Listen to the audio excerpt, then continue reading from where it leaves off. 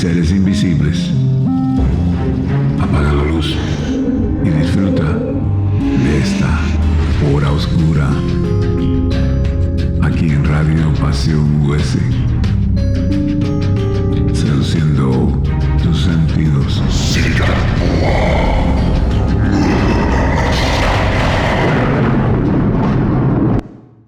Bienvenido, bienvenida un día más a La Hora Oscura. Puedes seguir todos nuestros programas a través de la página oficial www.radiopasion.us.com. También puedes seguirnos en Instagram, Facebook, YouTube. ¿A qué esperas? Seguro que encuentras un montón de programas muy interesantes. Y sin más dilación vamos a empezar con nuestro programa de hoy, en La Hora Oscura. En la cripta, H.P. Lovecraft. Nada más oscuro a mi juicio que esa tópica asociación entre lo hogareño y lo saludable que parece impregnar la psicología de la multitud. Mencione usted un bucólico paraje yanqui, un grueso y chapucero enterrador de pueblo y un descuidado contratiempo con una tumba. Y ningún lector esperará otra cosa que un relato cómico, divertido pero grotesco. Dios sabe, empero, que la prosaica historia que la muerte de George Birch me permite contar tiene en sí misma ciertos elementos que hacen que la más oscura de las comedias resulte luminosa. Birch quedó impedido y cambió de negocio en 1881, aunque nunca comentaba el asunto si es que podía evitarlo. Tampoco lo hacía su viejo médico, el Dr. Davis, que murió hace años. Se acepta generalmente que su dolencia y daños fueron resultando de un desafortunado resbalón por el que Birch quedó encerrado durante 9 horas en el mortuorio cementerio de Peck Valley, logrando salir solo mediante toscos y destructivos métodos. Pero mientras que esto es una verdad de la que nadie duda, había otros y más negros aspectos sobre los que el hombre solía murmurar en sus delirios de borracho cerca de su final. Se confió a mí porque yo era médico y porque probablemente sentía la necesidad de hablar con alguien después de la muerte de Davis. Era soltero y carecía completamente de parientes. Birch, antes de 1881, era el enterrador municipal de Peck Valley, siendo un rústico y primitivo, incluso para cómo puede ser ese tipo de gente. Lo que he oído sobre sus métodos resulta increíble. Al menos para una ciudad, incluso para Peck Valley, se habría estremecido de haber conocido la dudosa ética de sus artes mortuorias en materias tan escabrosas como el apropiarse de los forros, invisibles bajo la tapa del ataúd, o el grado de dignidad que daba al disponer y adaptar los miembros no visibles de sus inquilinos sin vida a unos recipientes no siempre calculados con exactitud precisa. Más concretamente, Birch era dejado insensible y profesionalmente indeseable, aunque no creo que fuera mala persona. Era sencillamente tosco de temperamento y profesión, bruto, descuidado y borracho, y así lo probaba su fácil tendencia a los accidentes, así como su carencia de esos mismos mínimos de imaginación que mantiene el ciudadano medio dentro de ciertos límites fijados por el buen gusto. No sabría decir cuándo comienza la historia de Birch, ya que no soy un relator avezado. Supongo que puede empezar en el frío diciembre de 1880, cuando el terreno se heló y los sepultureros descubrieron que no podrían cavar más tumbas hasta la primavera. Afortunadamente el pueblo era pequeño y las muertes bastante escasas, por lo que fue imposible dar a todas las cargas inanimadas de Birch un paraíso temporal en el simple y anticuado mortuorio. El enterrador se volvió doblemente perezoso con aquel tiempo amargo y pareció sobrepasarse a sí mismo en descuido. Nunca había colocado juntos tantos ataúdes, flojos y contrahechos, o abandonado más flagrantemente el cuidado del oxidado cerrojo de la puerta del mortuorio, que abría y cerraba a portazos, con el más negligente abandono. Al fin llegó el deshielo de primavera y las tumbas fueron laboriosamente habilitadas para los 9 silenciosos frutos del espanto cosechero que les aguardaba en la tumba. Birch, aún temiendo el fastidio de remover y enterrar, comenzó a trasladarlos una desagradable mañana de abril, pero se detuvo tras depositar a un mortal inquilino en su eterno descanso, por culpa de una tremenda lluvia que pareció irritar a su caballo. El cadáver era el de Darius Park, el nonagenario cuya tumba no estaba lejos del mortuorio. Birch decidió que el día siguiente empezaría con el viejo Matthew Fenner, cuya tumba también se encontraba cerca, pero la verdad es que pospuso el asunto por 3 días, no volviendo al trabajo hasta el día 15, Viernes Santo. No siendo supersticioso, no se fijó en la fecha, aunque tras lo que pasó se negó siempre a hacer algo de importancia en ese fatídico 6º día de la semana. Desde luego, los sucesos de aquella noche cambiaron enormemente a George Birch. La tarde del 15 de abril, viernes, Birch se dirigió a la tumba con caballo y carro dispuesto a trasladar el cuerpo de Matthew Fenner. Él admite que en aquellos momentos no estaba del todo sobrio, aunque entonces no se daba tan plenamente a la bebida como haría más tarde, tratando de olvidar ciertas cosas. Se encontraba solo, lo bastante mareado y descuidado como para fastidiar a su sensible caballo, sofrenándolo junto al mortuorio, por lo que éste relinchó y piafó y se agitó, tal como lo hiciera la ocasión anterior, cuando le molestó la lluvia. El día era claro, pero se había levantado un fuerte viento y Birch se alegró de contar con refugio mientras corría el cerrojo de hierro y entraba en el vestíbulo de la cripta. Otro no podría haber soportado la húmeda y olorosa estancia, con los 8 ataúdes descuidadamente colocados, pero Birch en aquellos días era insensible y solo cuidaba de poner el ataúd correcto en la tumba correspondiente. No había olvidado las críticas suscitadas por los parientes de Hannah Bixby cuando, deseando transportar el cuerpo de ésta al cementerio en la ciudad a la que se había mudado, encontraron en la caja al juez Campbell bajo su lápida. La luz era tenue, pero la vista de Birch era buena y no cogió por error el ataúd de Aspad Sauer, a pesar de que era muy similar. De hecho, había fabricado aquella caja para Matthew Fenner, pero la dejó a un lado, por ser demasiado tosca y endeble, en un rapto de curioso sentimentalismo provocado por el recuerdo de cuán amable y generoso fue con él el pequeño anciano durante su bancarrota 5 años antes. Había dado al viejo Matt lo mejor de su habilidad para crear, pero era lo bastante ahorrativo como para guardarse el ejemplar desechado y usarlo cuando Asaph Sauer murió de fiebres malignas. Sauer ya no era un hombre amable y se contaban muchas historias sobre su casi inhumano temperamento vengativo y su tenaz memoria para ofensas reales o fingidas. Con él, Birch no sintió remordimientos cuando le asignó el destartalado ataúd que ahora apartaba de su camino buscando la caja de Fenner. Fue justo al reconocer el ataúd del viejo Matt cuando la puerta se cerró de un portazo, empujada por el viento, dejándolo en una penumbra aún más profunda que la de antes. El angosto tragaluz admitía solo el paso de los más débiles rayos y el ventiladero sobre su cabeza virtualmente ninguna, así que se vio obligado a un profano palpar mientras hacía un trastabilleante camino entre las cajas rumbo al pestillo. En esa penumbra fúnebre agitó el mohoso pomo, empujó las planchas de hierro y se preguntó por qué el enorme portón se había vuelto repentinamente tan recalcitrante.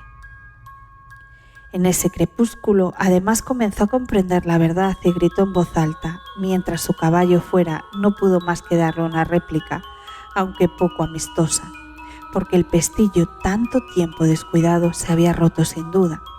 dejando al descuidado enterrador atrapado en la cripta, víctima de su propia desidia.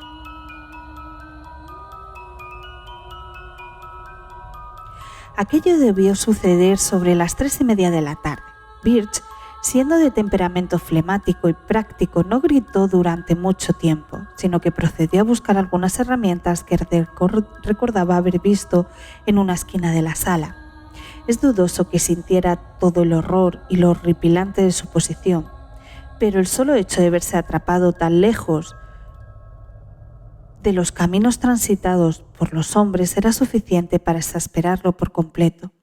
Su trabajo diurno se había visto tristemente interrumpido, y a no ser que la suerte llegase en aquellos momentos a algún caminante hasta las cercanías, debería quedarse allí toda la noche o más tarde. Pronto apareció el montón de herramientas y, seleccionando martillo y cincel, Birch regresó entre los ataúdes a la puerta. El aire había comenzado a ser excesivamente malsano, pero no prestó atención a ese detalle mientras afanaba, medio a tientas, contra el pesado y corroído metal del pestillo. Hubiera dado lo que fuera por tener una linterna o un cabo de vela, pero careciendo de ambos, chapuceaba como podía medio a ciegas. Cuando se cercioró de que el pestillo estaba bloqueado sin remisión, al menos para herramientas tan rudimentarias y bajo tales condiciones tenebrosas de luz, Birch buscó alrededor otra forma de escapar.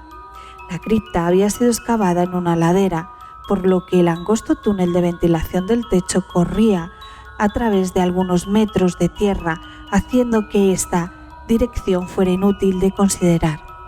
Sobre la puerta, no obstante, el tragaluz alto y en forma de hendidura situado en la fachada de ladrillo dejaba pensar en que podía ser ensanchado por un trabajador diligente.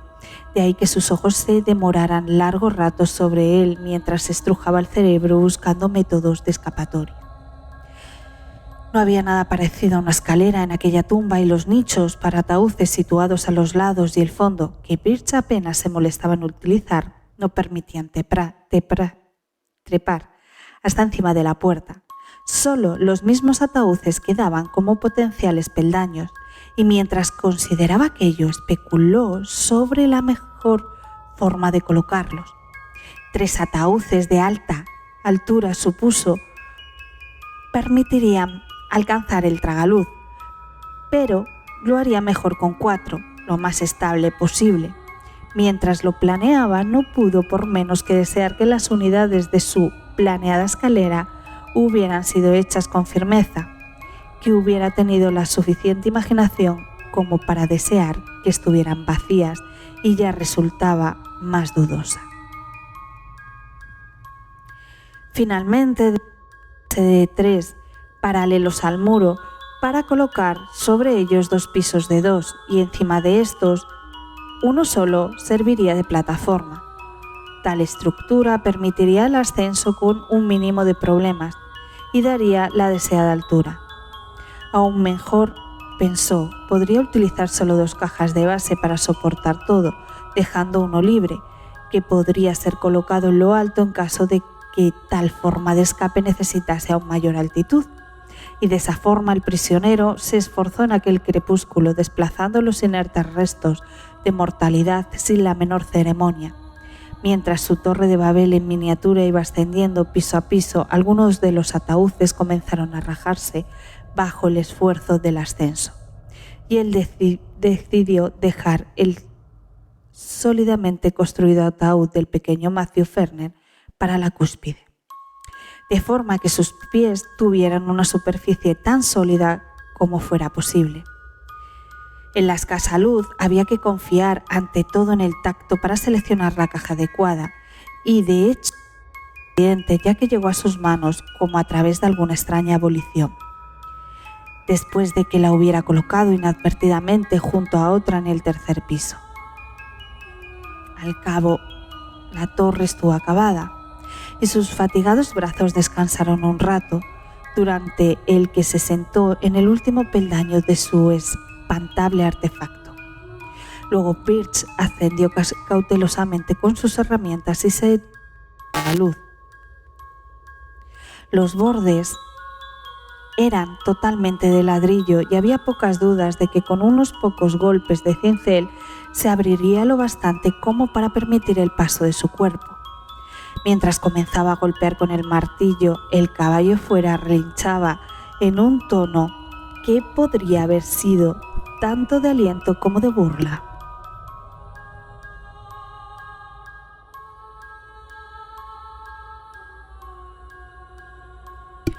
Cualquiera de los dos supuestos hubiera sido apropiado, ya que la inesperada tenacidad de la albañilería, fácil a simple vista, resultaba sin duda sardónicamente ilustrativa de la vanidad de los anhelos de los mortales, aparte de motivo de una tarea cuya ejecución necesitaba cada estímulo posible. Llegó el anochecer y encontró a Birch aún pugnando. Trabajaba ahora sobre todo el tacto, ya que nuevas nubes cubrieron la luna.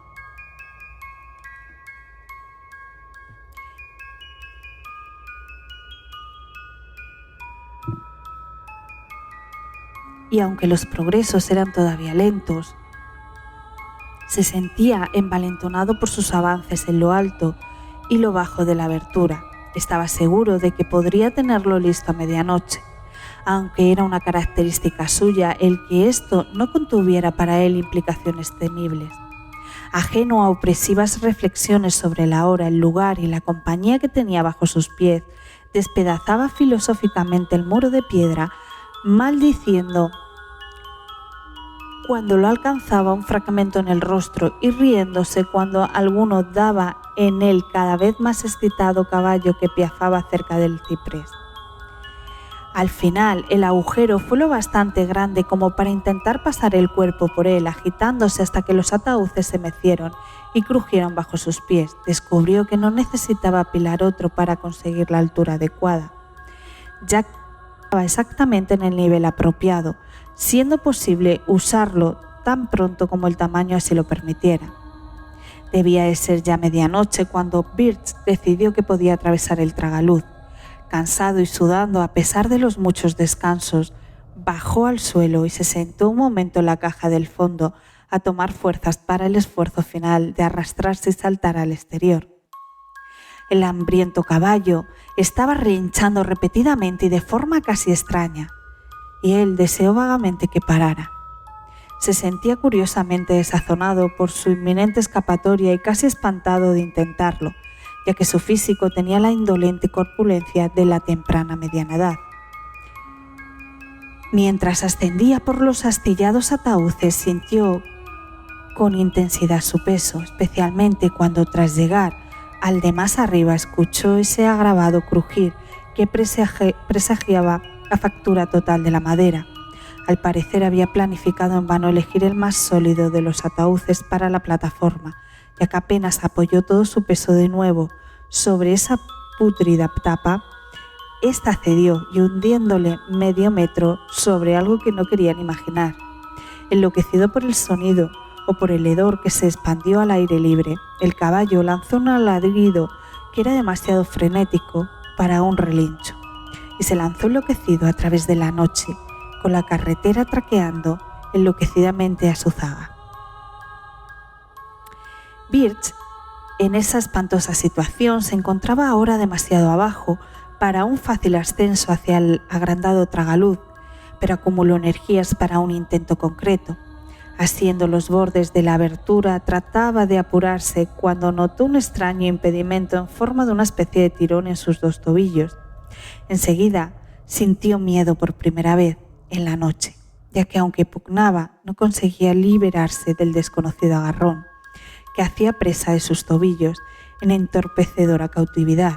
Horribles dolores, como de salvajes heridas, le laceraron las pantorrillas y en su mente se produjo un remolino de espanto mezclado con un inamovible materialismo que sugería astillas, clavos sueltos y similares, propios de una caja rota de madera. Quizá gritó, y en todo momento pateaba y se debatía frenética y casi automáticamente mientras su conciencia casi se eclipsaba en un medio desmayo. El instinto guió su deslizamiento a través del tragaluz y en el arrastrar que siguió cayó con un golpetazo sobre el húmedo terreno. No podía caminar, al parecer, y la emergente luna debió presenciar una horrible visión mientras él arrastraba sus sangrantes tobillos hacia la portería del cementerio, los dedos hundiéndose en el negro mantillo, apresurándose sin pensar, y el cuerpo respondiendo con una enloquecedora lentitud que se sufre cuando uno es perseguido por los fantasmas de la pesadilla. No obstante, era evidente que no había perseguidor alguno, ya que se encontraba solo y vivo cuando Armington, el guarda, respondió a sus débiles arañazos en la puerta. Armington ayudó a Birch a llegar a una cama disponible y envió a su hijo pequeño Edwin a buscar al Dr. Davis. El herido estaba plenamente consciente, pero no pudo decir nada coherente, sino simplemente musitar. «¡Ah, mis tobillos! ¡Déjeme!». «Oh, encerrado en la tumba». Luego llegó el doctor con su maletín. Hizo algunas preguntas escuetas y quitó al paciente la ropa, los zapatos y los calcetines. Las heridas, ya que ambos tobillos estaban espantosamente lacerados en torno a los tendones de Aquiles, parecieron desconcertar sobremanera al viejo médico y por último casi espantarlo. Su interrogatorio se hizo más que médicamente tenso y sus manos temblaban al curar los miembros lacerados, vendándolos como si desease perder de vista las heridas lo antes posible. Siendo como era Davis un doctor frío e impersonal, el ominoso y espantoso interrogatorio resultó de lo más extraño, intentando arrancar el fatigado enterrador cada mínimo detalle de su horrible experiencia. Se encontraba extremadamente ansioso de saber si Birch estaba seguro, absolutamente seguro, de que era el ataúd de Fenner en la penumbra y de cómo había distinguido este del duplicado de inferior calidad del ruin de Asaph Sanger. ¿Podría la sólida caja de Fenner ceder tan fácilmente? Davis, un profesional con larga experiencia en el pueblo, había estado en ambos funerales, aparte de haber atendido a Fenner como a Sanger en su última enfermedad. Incluso se había preguntado en el funeral de este último cómo el vengativo granjero podría caber en una caja tan acorde al diminutivo Fenner.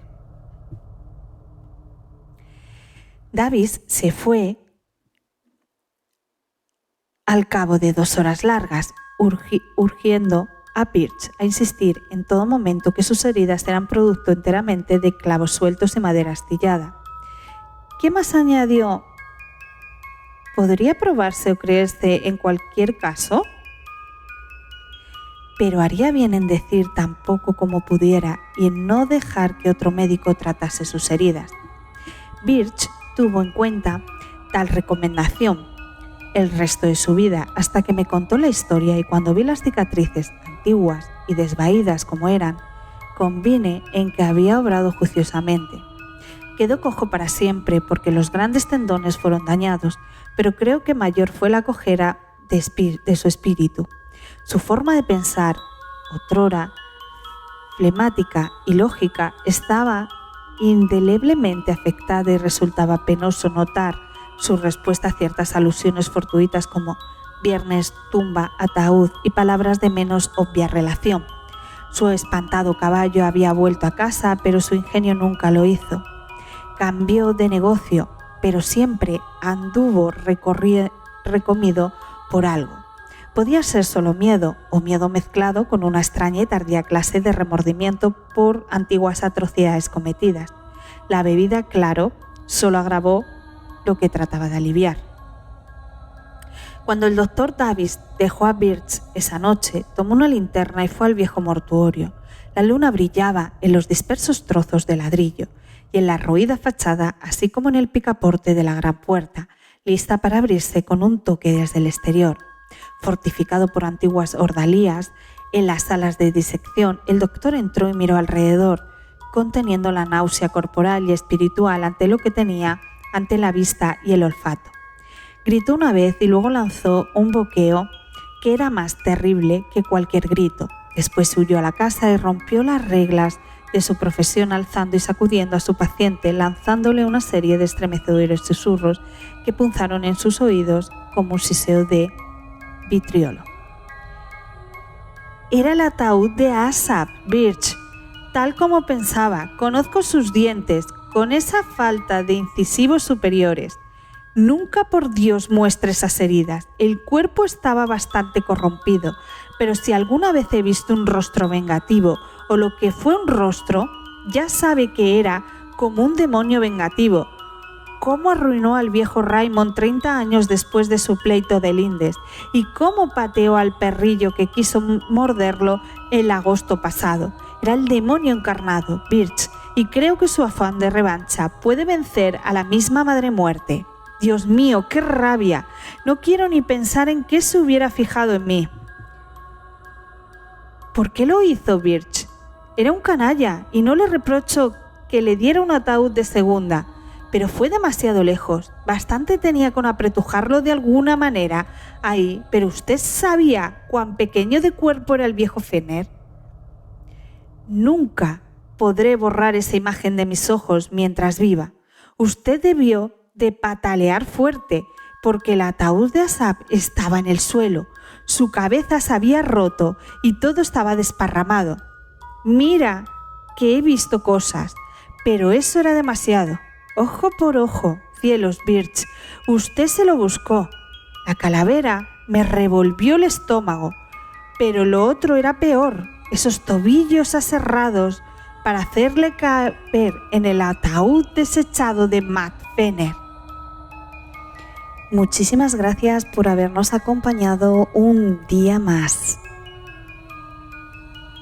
Os espero el próximo jueves a las 10 p.m. en México y a las 10 p.m. el viernes en España. Recuerda que puedes seguirnos en www.radiopasion.com.